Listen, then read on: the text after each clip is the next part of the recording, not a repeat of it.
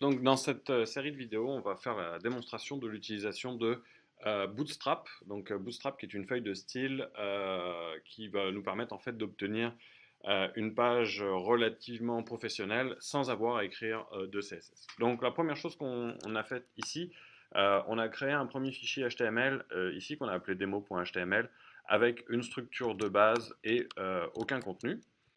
Et la première chose qu'on va aller faire, c'est chercher Bootstrap. Alors, la première chose à savoir sur Bootstrap, c'est qu'il y a plusieurs versions majeures, la version 4, les versions 3 et les versions 2. Donc dans cette vidéo, nous on va utiliser la version 3.3.7 qui est ici. Donc une fois qu'on est sur le site, on va aller choisir l'option Commencement et on va regarder quelles sont les options. Donc Bootstrap nous propose plusieurs options qui sont de télécharger les différents fichiers qui sont nécessaires, directement ici ou à partir du code source, etc. Nous, ce qu'on va faire pour simplifier en fait la structure de notre répertoire, c'est d'utiliser directement les fichiers qui sont fournis par un CDN. CDN, ça veut dire Content Delivery Network. C'est en fait des sites qui vont héberger les librairies, qui sont les mêmes pour tout le monde finalement, pour qu'on puisse les insérer dans nos fichiers HTML.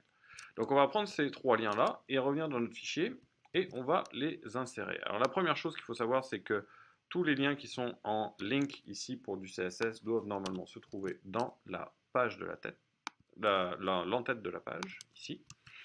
Et en général, la balise de script est placée comme toute dernière balise du body, pour la simple raison qu'en fait, le chargement du script peut être relativement long, et ça va permettre de charger tous les éléments graphiques de la page et ensuite de charger le JavaScript dans notre navigateur. Donc si jamais on revient ici, dans notre répertoire, on a maintenant demo.html qu'on va ouvrir avec Chrome.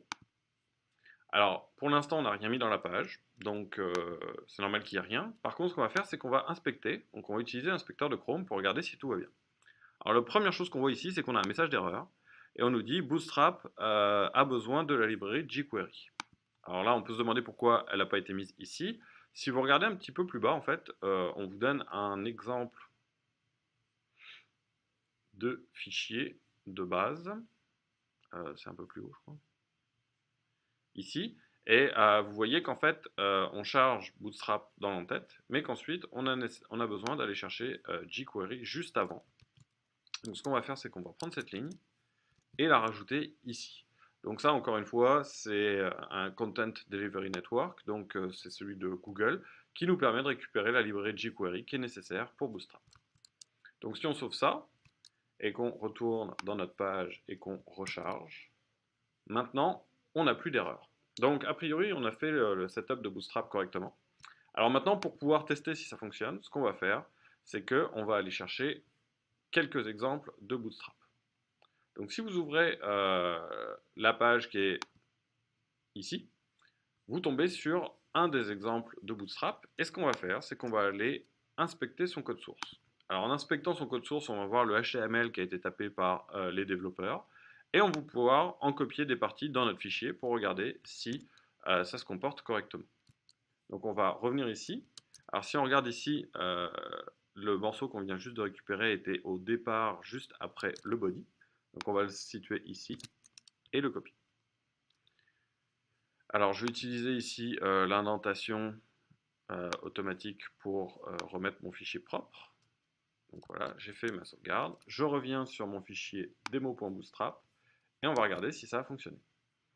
Alors ici on voit qu'on n'a aucun message d'erreur et qu'a priori on voit notre barre de navigation qui a été chargée. Alors on peut compléter ça en essayant d'aller chercher la suite des informations qui sont à l'intérieur. Alors on voit qu'il y a énormément d'éléments dans cette page.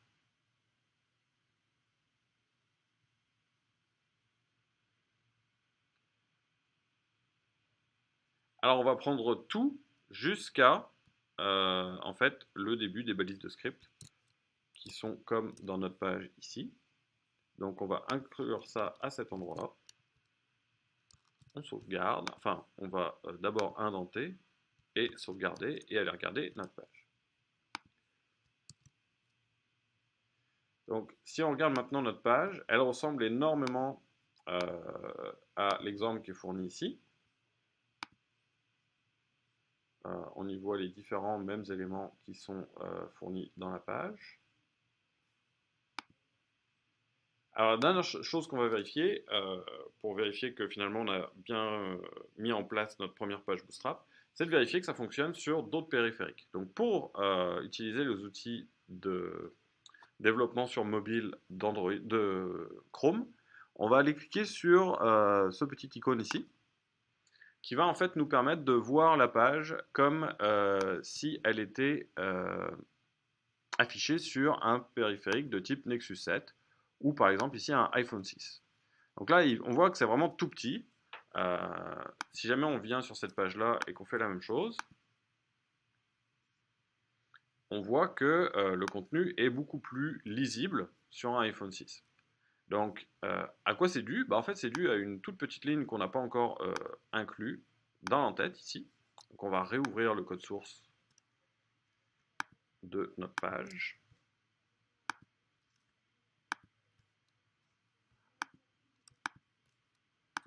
Voilà. Alors, dans l'entête, vous voyez un certain nombre de lignes ici qu'on n'a pas encore récupérées. Et la plus importante, c'est celle-ci, celle avec le initial scale égale 1. L'autre va nous permettre d'avoir un contenu homogène sur Internet Explorer, mais on va surtout se concentrer sur la deuxième. Donc si on vient ici et qu'on rajoute cette ligne-là tout au début de notre fichier dans les entêtes,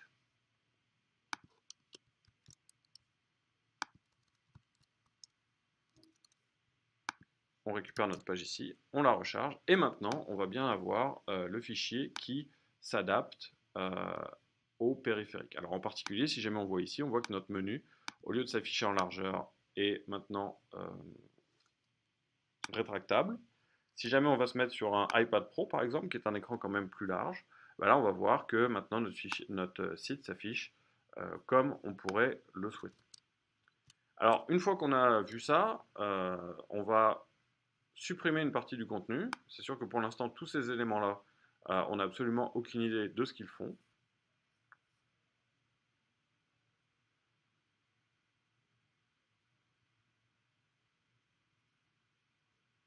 Il y en a vraiment beaucoup. Voilà, on peut garder éventuellement notre nav, enfin on va même enlever notre navbar, puisque finalement on ne sait pas exactement ce qu'elle fait. Et on va simplement garder un jumbotron ici, qui est en fait le gros élément central dans notre page. Donc voilà, alors là si jamais on revient dans notre page, on va désactiver les outils de développement mobile, et on va se retrouver avec finalement un fichier de Bootstrap de base, simple, fonctionnel, avec l'intégralité des librairies qui sont chargées. Donc ici, le CSS de Bootstrap, un fichier de thème, les deux balises qui permettent d'avoir un affichage qui s'adapte en fonction des périphériques mobiles, et finalement jQuery et la librairie JavaScript de Bootstrap.